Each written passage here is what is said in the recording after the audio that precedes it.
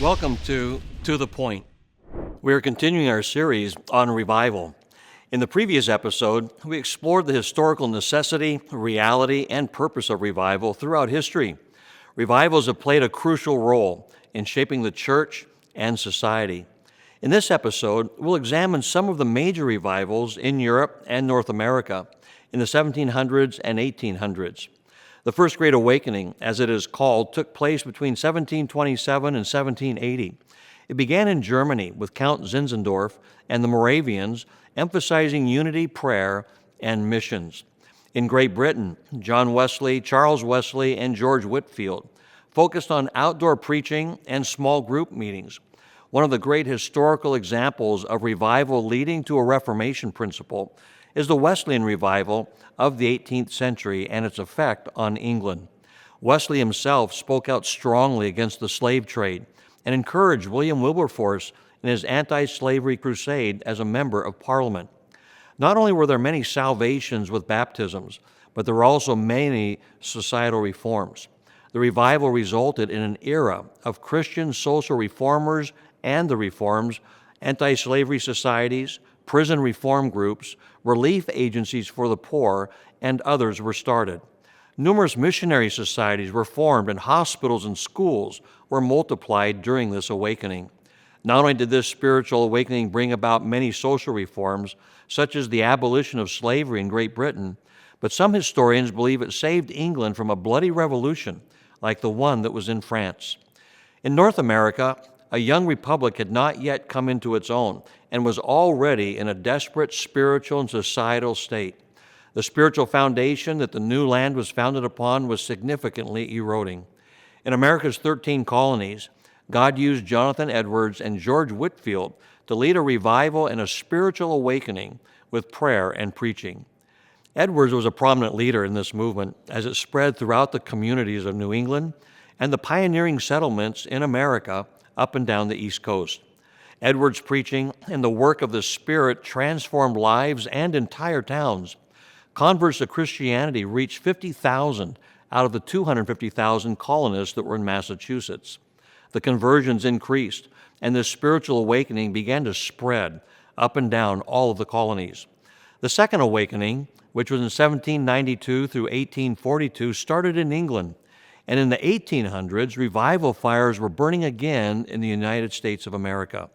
In 1821, Charles Finney, a lawyer turned evangelist and societal reformer, became a key figure in this revival, characterized by evangelistic camp meetings and social reforms with missions.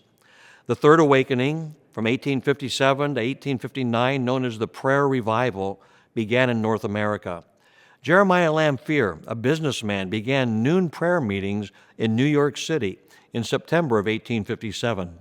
Within 6 months, up to 10,000 businessmen prayed daily for revival throughout New York City.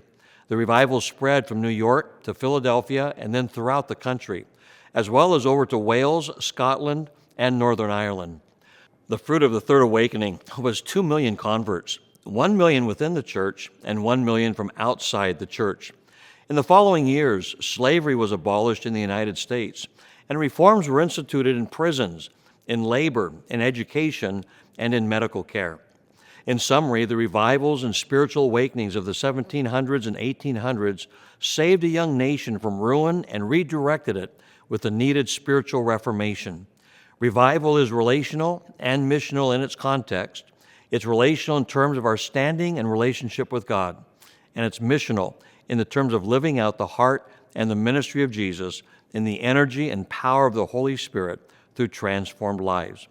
Revival is needed when sin has become so prevalent that we pay no attention to it, when we have every philosophical and psychological explanation for everything that's going on, and when we rationalize sin and disregard God. It is when the culture's consciences are dead and sin's deceitfulness fogs the minds. When we've grown fat in our souls, we need a detonation of God's explosive and tangible presence. A God-sent revival is the only remedy that can bring real solution. A common factor preceding God's historic movements was prayer within the church, authentic Christ-centered prayer. In these times, people do not pray for the Lord to bless the nation or the Lord to bless them, the Lord bless their families. They pray that the Lord, in His mercy, would pour out His Spirit upon His people and utterly transform them so that He would be glorified through them individually and in His church corporately. They desired to see God have His way in their lives, knowing that nothing was off limits to His lordships. You do not have to be alerted to true revival.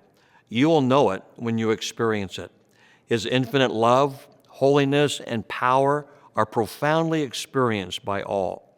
Genuine revival will shake, break, melt, mold, and cause God's presence to overflow in people's hearts. So in getting to the point, history's world-impacting revivals and spiritual awakenings demonstrate the transformative power of God's presence and the lasting effects of revival on both the church and on society.